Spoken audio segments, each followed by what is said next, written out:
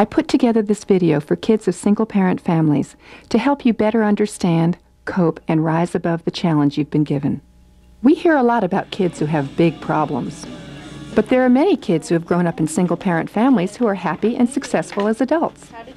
Times have changed. In the mid-1800s, there was only one divorce in 100 marriages.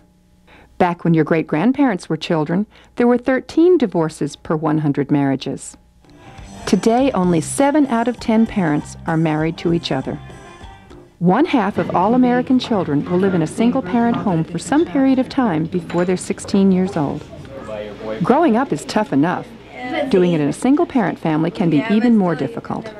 The term family used to mean a man, a woman, and their children, but that definition is changing. Now a family is who you live with. A broken home is a term that isn't used much anymore.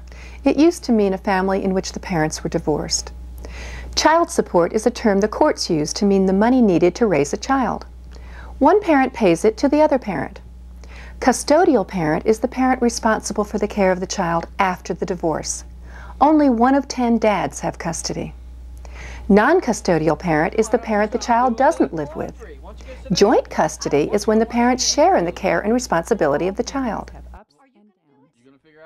A good family is one where the people really care about one another and are looking out for one another's best interests. Let's look at some of the ways single-parent families happen.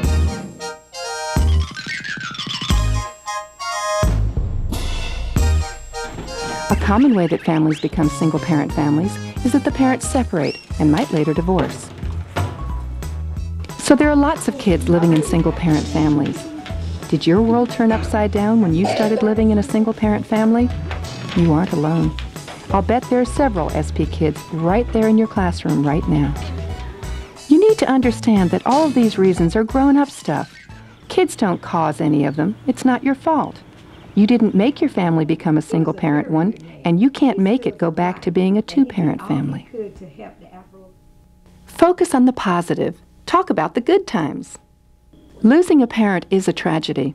It's hard to believe when it first happens, but you'll get used to it. Losing someone may even bring a family closer together. Separation is when parents who are married decide to live in different places. Divorce is the legal breakup of a marriage. People go to court, sign papers, and then they aren't married to each other anymore. Separation and divorce are both hard on parents and children. A child used to automatically go with the mother. Now women can do lots of things at home and work, and so can men. So many men are taking care of their children. Dads can be very nurturing caregivers, and I think in society we're seeing more and more examples of dads taking on that role. Sometimes you need help from a friend who understands, a parent, or a counselor. Children often get angry when there's no parent, a parent dies, or a parent goes to live somewhere else. It helps to talk about it. Find activities that make you feel good instead of focusing on what's wrong with your life. Think positively. When you think good things happen. Yes, being raised in a single-parent family is a challenge, but you can do it.